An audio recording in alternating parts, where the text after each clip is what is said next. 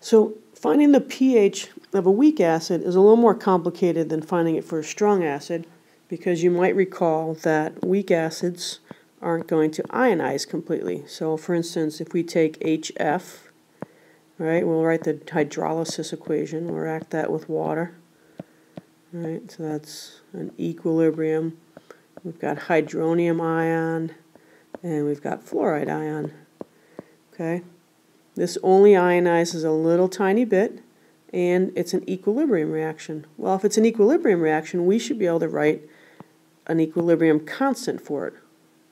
Since it's a solution, we'll write a Kc, but we'll give it a specific name and we'll call it Ka.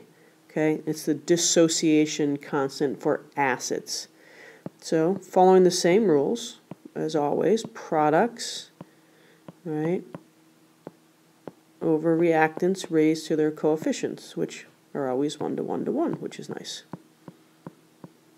Okay, so that's an expression for Ka, and you'll find a list of Kas in a table. Okay, it'll be right in your packet, so you'll be able to access it pretty easily. For instance, Ka for HF. Okay, remember, it's going to be a pretty small number, right, because we only have a little tiny bit of these. So in this case, it's 6.9 times 10 to the minus 4. Well, that's nice, but what do we do with that? Well, one thing is Ka is going to give us an idea of how strong or weak our weak acid is. So here's 4 Kas. So HF is 6.9 times 10 to the minus 4. Nitrous acid, 6 times 10 to the minus 4. Acetic acid, 1.8 times 10 to the minus 5. Ammonium ion, 5.6 times 10 to the minus 10. So you'll notice that as you go down, what's happening to Ka? Well, it's getting smaller, right? Okay, that means we have less and less product, right? So as Ka gets smaller, we say the acids are getting weaker.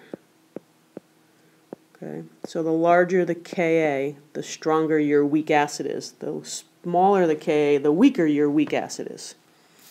Okay. We can also use Ka to calculate all sorts of fun stuff, like we can find the pH of a weak acid. So what's the pH of 0.1 molar hydrocyanic acid if I have its Ka? So I'm going to start by writing the hydrolysis equation.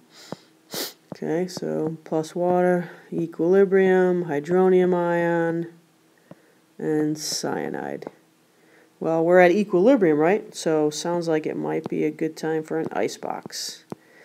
So the 0.1 molar HCN is the amount of HCN, or the concentration of the HCN, before it ionizes. All right? So before it ionizes at all, we say that we have all HCN and no ions. And then during the course of the icebox, it's going to ionize. All right? We're going to ignore water because it's a liquid. So we're going to say that we're going to lose X of this, we're going to gain X of this, and we're going to gain X of this. So I end up with 0.1 minus X, X, and X. So we set this equal to our Ka expression. Okay, so X squared over 0.1 minus X. Now, I know that you all have that really cool solve function on your calculator, but there's an idea here that's important. So rather than just hit solve, I'm going to ask you to do something, which is probably going to annoy you, but I don't really care. There's an assumption we're going to make. We're going to assume something about X. Okay? We're going to assume that X is much, much smaller than the original concentration that we started with. Okay, and the reason we can assume that is, remember, it's only ionizing a little bit. So when I'm done, I still have pretty close to 0.1 molar, and I have little teeny tiny bits of that. Okay, so what that means is that if I have 0.1 minus X, I'm saying X is so tiny that this is going to be equal to 0.1. So we're going to rewrite this as 5.8 times 10 to the minus 10 as X squared over 0.1. Now this is back before calculators were fancy. The AP was really intent on making sure you state this assumption. I don't know how intent they still are, okay? Hitting your solve function may be fine, but I'm just not sure. So let's learn the assumption and sort of think about what it means for weak acids, that they don't ionize very much. Okay, and then if we go ahead and solve for x here, we get 7.6 times 10 to the minus 6 molar. Okay, so it is indeed a teeny tiny number. If you took 0.1 and subtracted x, you'd still have 0.1. Well, x is the concentration of H+. So this is your H3O+, which means all we have to do is say minus the log of that number, and we'll get our pH, and you should get 5.11. So that gives us the pH of our acid. So Ka is pretty small, which tells us it's a weak acid. It's a pretty weak acid.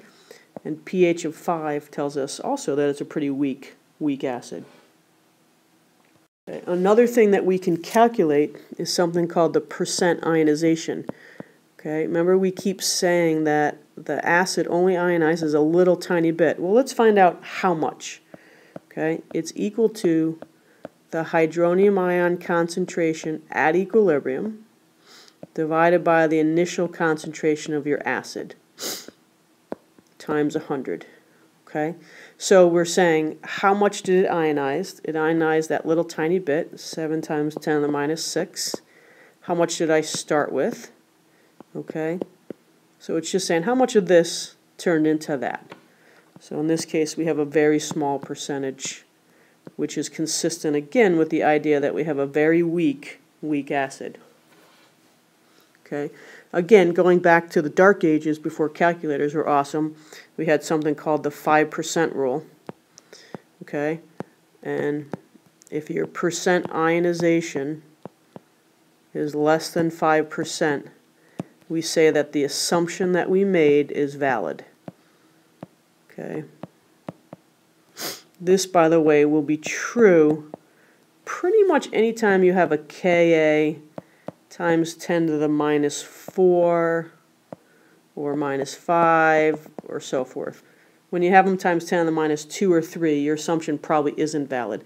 I'll show you what that plays out look like in class. It means you go back and hit your solve function. So I know you just said, well, why can't I just hit my solve function? Because I said so. We'll talk about that in class.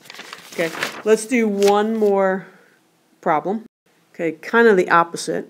So I give you a solution of a weak acid, and you put a pH probe in there, and you measure the pH as 4.86. We can use that information to find Ka. All right? So it's a weak acid. Anytime you see a weak acid, it's equilibrium. So we're going to start by writing our hydrolysis equation. I'm just going to go generic weak acid, Ha. Okay, plus water gives me hydronium ion and A minus. Okay, ice. Okay, the initial concentration is 0.2. Ignore the water. 0, 0. Well, we know the pH is 4.86, and this, if you do the math, corresponds to a hydronium ion concentration at equilibrium of 1.4 times 10 to the minus 5 molar. Okay, so what happens is the acid ionizes to give me this much H3O+. And since this is 1 to 1, I have this much A minus. So I must have added this much here, and I must have added this much here, which means I must have used that much here, and if you take 0.2 minus that number, it still comes out to be 0.2, again suggesting that it only ionizes a little teeny bit. Well, now that we've got all of our concentrations, we can plug them into our Ka and calculate it. So Ka is products, 1.4 times 10 to the minus 5 squared over reactants, 0.2, and we get a Ka of 9.8 times 10 to the minus 10. Okay, and we'll practice a bunch more, but that should give you a good starting point for how to work with weak acids.